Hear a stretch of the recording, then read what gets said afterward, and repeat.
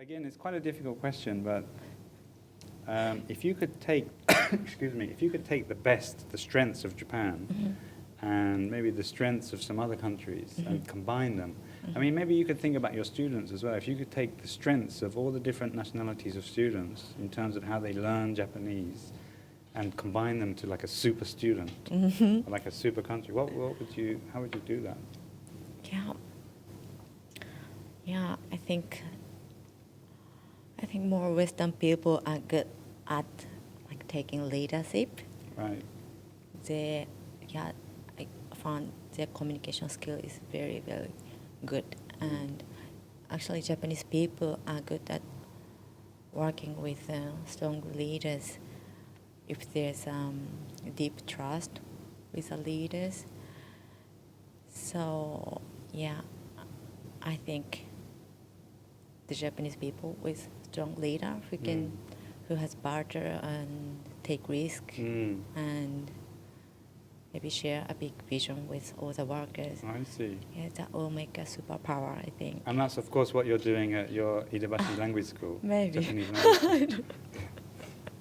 Fantastic. I'm trying. Could you give some tips for people, non-Japanese people, obviously, how to get on well with Japanese people? Say thank you a lot and be polite and compliment them what they do. Yeah, I think this might sound too simple, but this is a usual way Japanese people build our trust. Say thank you. So you mean building trust is really important, and a way to build trust is to say thank you. Say thank you. Be polite. Be polite. Yeah. I see. And how about for Japanese people to do the opposite? For Japanese people to get on better with foreigners or non-Japanese? Yeah. Maybe get used to the difference and express themselves. Express yourself better. I see. Because we have living in a very similar situations for a long time. We kind of try to understand each other without using language. Japanese people do? Yeah, we try to understand without language. How do you mean? Can you explain that a bit more?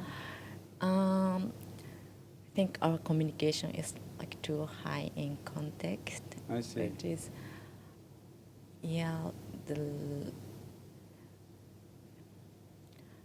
we think it's better or more nice to understand others without listening their expressions. Just by looking at them? Yeah. Isn't that dangerous? I mean, you may completely imagine something different. Or It's possible in Japan, but actually Japanese people are good at doing this in our society because we think we can feel somebody's emotion, or we should guess and act before they say something. Really? It's like telepathy, maybe. Yeah.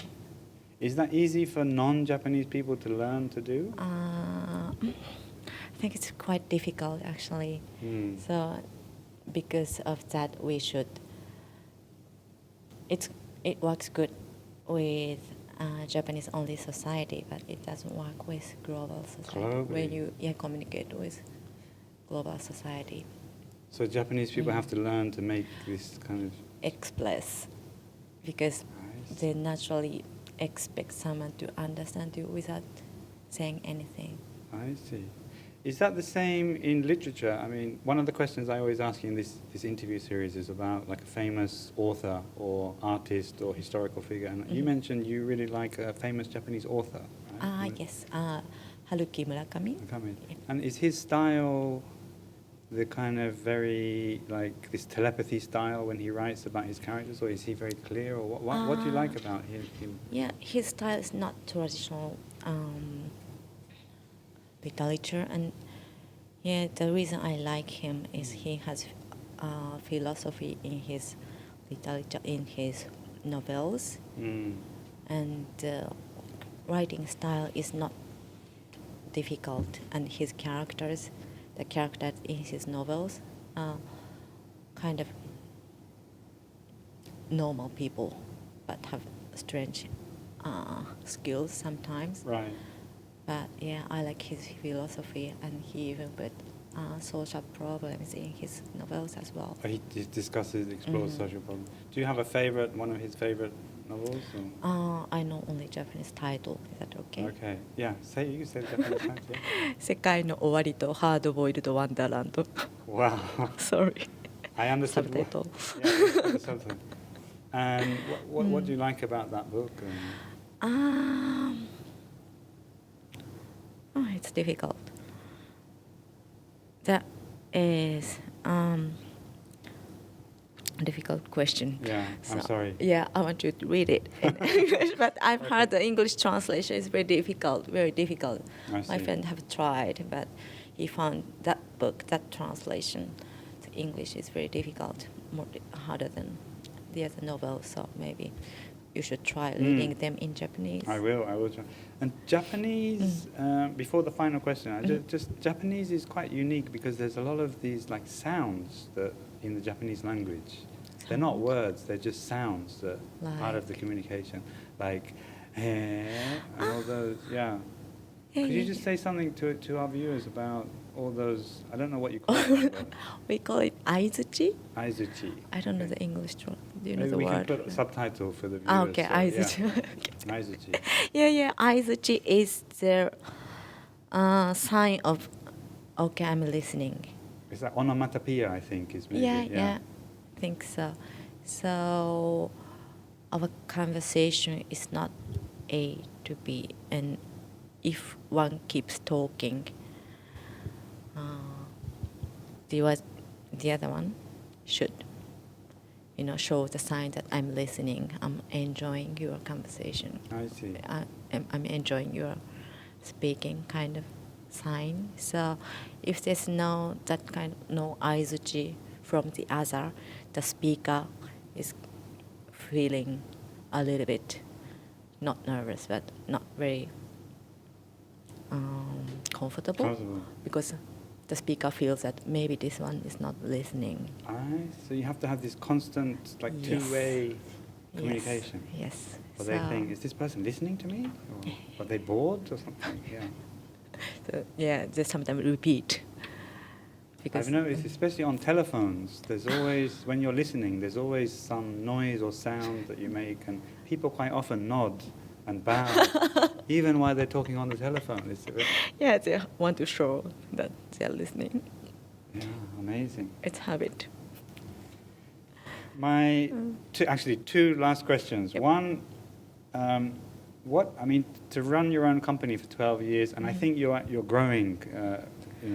Recently, a lot more foreigners, a lot more people are coming to study Japanese as well. I think you were saying so. What is it that keeps you kind of motivated to keep your business going and to keep fresh in your job, right? I think learning and communicating and having new experiences are great fun of our great entertainment of our lives. And I would like to produce a lot of unique and fun opportunities to share these with people have different backgrounds, even with local Japanese people in Japan. Yeah, I think through this kind of experience, people can accept diversity on an emotion basis, not just understanding. Yeah. So, yeah. So maybe you feel you're helping Japan as well, I think, the future, or help I globalizing. Yes, because I think the people from different background make the most of their individual abilities in Japan, then this will invigorate and stimulate Japan as well. I see. Yeah, and this greatly enriches our society. Thank you very much, Yukiko. One more last question, and then you can relax. Okay. So, final message to our viewers. Okay. Anything. Anything. Okay, so if you haven't been in Japan, come to Japan. Yeah, you'll find very unique culture and people in here, and you will definitely enjoy. You will definitely enjoy Japan. Thank you very much, Yukiko. Thank you Thank so you much. very Thank much. you. Thanks for your time. Yeah, thank you. And yeah, and if you do come to Japan and you want to learn Japanese, this is one place that you may want to look at in Yukiko Watanabe from Iidabashi Japanese Language School. Thank you very much. I'm Adam Kassab from GLOBIS. You've been watching Inside Japan, and thanks for watching and listening, and catch you next time.